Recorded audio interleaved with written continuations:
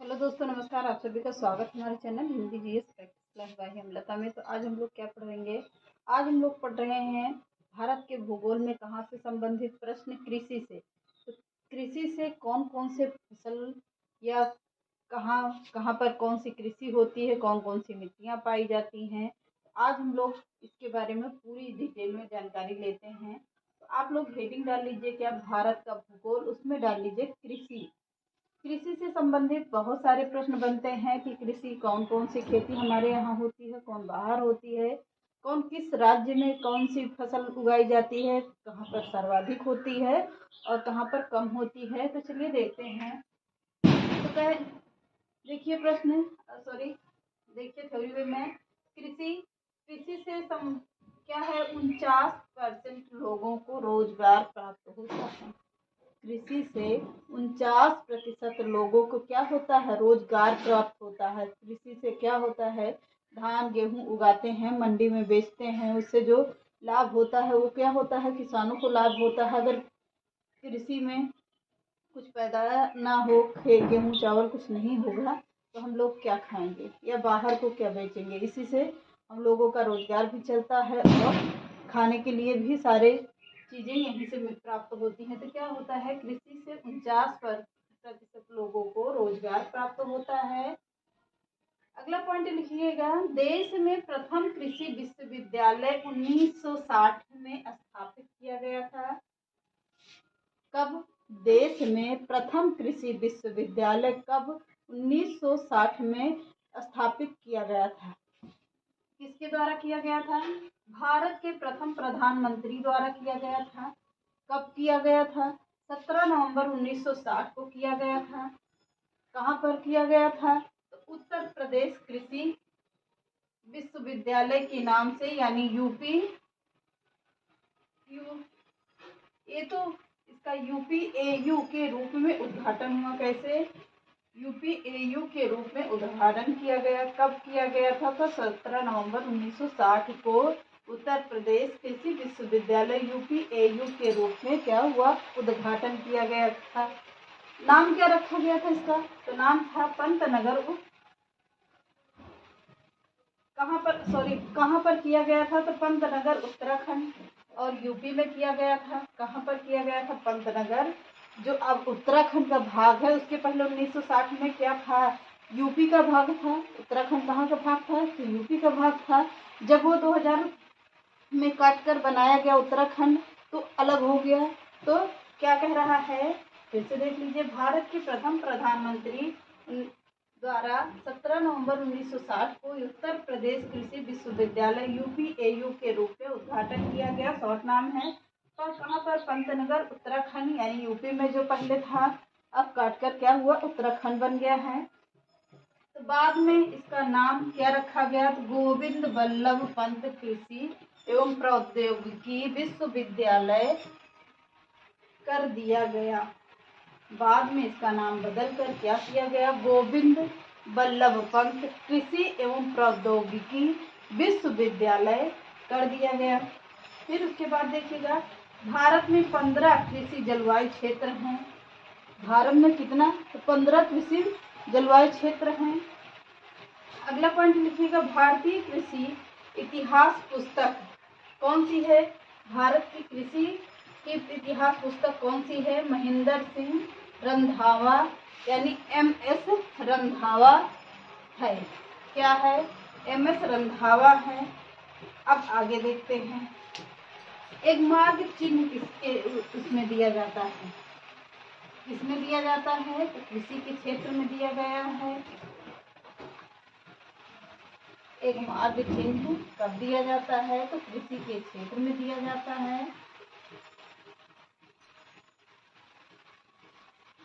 एक मार्ग चिन्ह, हेडिंग डाल लीजिए क्या, एक मार्ग चिन्ह। एक मार्ग चिन्ह, हेडिंग डाल लीजिएगा। केंद्र सरकार द्वारा प्रायोजित योजना है ये। क्या है? यह केंद्र सरकार द्वारा क्या है, प्रायोजित योजना है ये।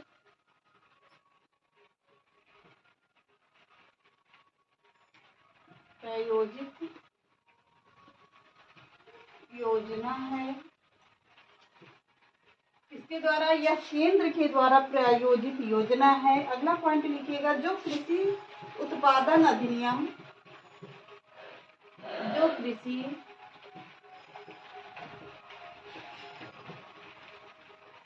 उत्पादन अधिनियम, उत्पादन अधिनियम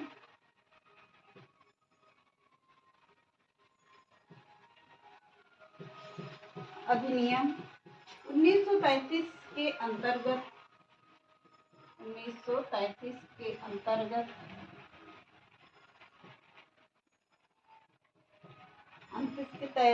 अंतर्गत कृषि एवं संबद्ध उत्पादों, कृषि एवं उससे संबंधित उत्पादों, उससे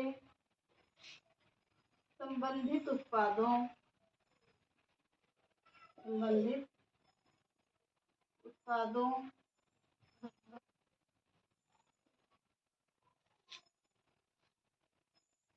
की ग्रेडिंग और मानवीकरण, की ग्रेडिंग और मानवीकरण,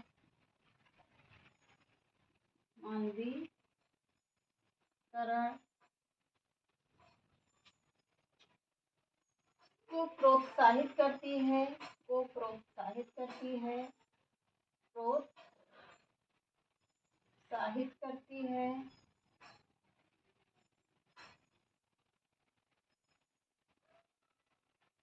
प्रोत्साहित करती है।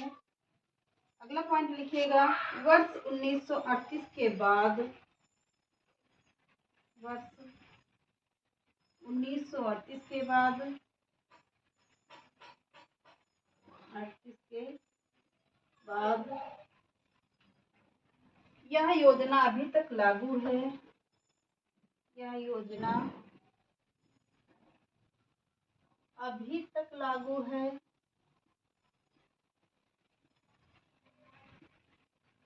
अभी तक लागू है। अगला पॉइंट लिखिएगा, विश्व में हरित क्रांति के जनक कौन है? नॉर्मन ई बोरलॉग हैं। विश्व में हरित क्रांति के जनक, हरित क्रांति के जनक कौन है? नॉर्मन ई बोरलॉग, बोरलॉग हैं। पूरा नाम लिख लीजिएगा, नॉर्मन अर्नेस्ट बोरलॉग हैं। अर्नेस्ट बोरलॉग, अर्नेस्ट बोरलॉग यानी यूएसए, कहाँ के थे? यूएसए के थे ये। यूएसए के को माना जाता है, माना जाता है। अगला पॉइंट लिखिएगा, भारत में हरित क्रांति के जनक, भारत में हरित क्रांति के जनक, हरित क्रांति के जनक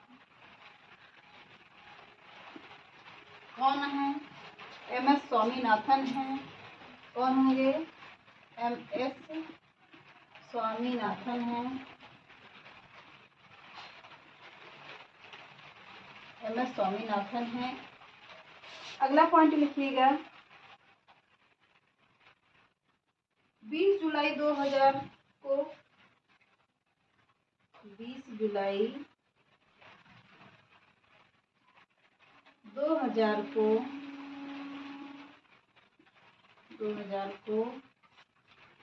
केंद्र सरकार ने, किसने? केंद्र सरकार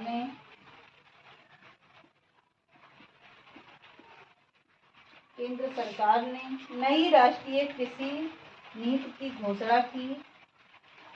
केंद्र सरकार ने नई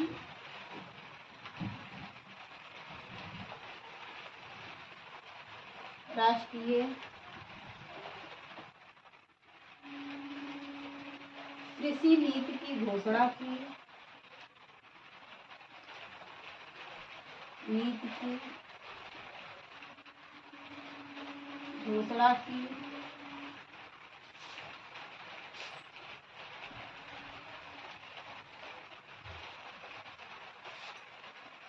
अब इसमें देखते हैं, एक मार्ग चिन्ह किसके क्षेत्र में दिया जाता है, तो कृषि के क्षेत्र में दिया जाता है। यह क्या है, यह केंद्र द्वारा प्रायोजित योजना है। किसके द्वारा, केंद्र सरकार द्वारा प्रायोजित योजना है यह। जो कृषि उत्पादन अधिनियम कृषि उत्पादन अधिनियम 1933 के अंतर्गत कृषि एवं उससे संबंधित उत्पादों की ओर मानवीकरण को प्रोत्साहित करता है। वर्ष 1938 के बाद यह योजना अभी तक क्या है, लागू है। 1938 के बाद यह योजना अभी तक लागू है। विश्व में हरित क्रांति के जनक कौन होंगे, नॉर्मन अर्नेस्ट बोरलाग, जो कहाँ के थे, यूएसए के थे। इन्हें माना जाता है किसे, विश्व में हरित क्रांति के जनक कौन होंगे, नॉर्मन बोरलाग होंगे। सीधा सा ऑप्शन आता है, पूरा नाम पूछता है तो अर्नेस्ट बोरलाग आएगा, नॉर्मन अर्नेस्ट बोरलाग आएगा। कहाँ के थे, यूएसए के थे। भारत में कौन थे हरित क्रांति के जनक, तो एमएस स्वामीनाथन थे। एमएस स्वामीनाथन थे। कब, अगला पॉइंट है 20 जुलाई 2000 को केंद्र सरकार ने नई राष्ट्रीय कृषि नीति की घोषणा की। कब किया था, 20 जुलाई 2000 को केंद्र सरकार ने नई राष्ट्रीय नीति की घोषणा की थी। अगला पॉइंट लिखिएगा इसमें,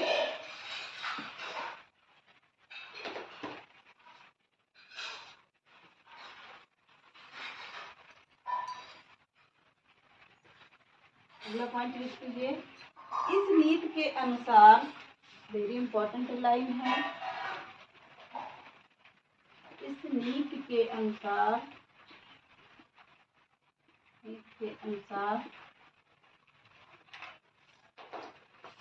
इंद्रधनुषी क्रांति परिकल्पना, क्या नाम था, इंद्रधनुषी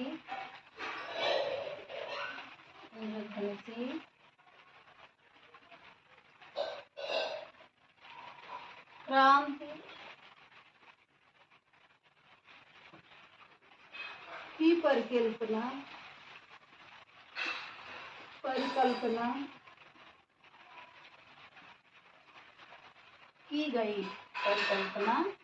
की गई। अगला लाइन है, इस नीति के अनुसार किसकी परिकल्पना करी गई, इंद्रधनुषी क्रांति की परिकल्पना की गई। अगला पॉइंट लिख लीजिएगा, विभिन्न क्रांतियां एवं संबंधित क्षेत्र। विभिन्न क्रांतियां एवं संबंधित क्षेत्र।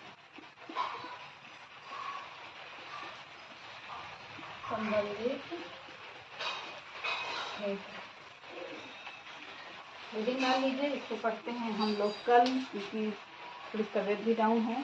तो चलिए आज के सेशन को यहीं पे समाप्त करते हैं। चैनल पसंद आए तो लाइक कर दीजिएगा, सब्सक्राइब और ज़्यादा से ज़्यादा लोगों को शेयर कर दीजिएगा। नमस्कार।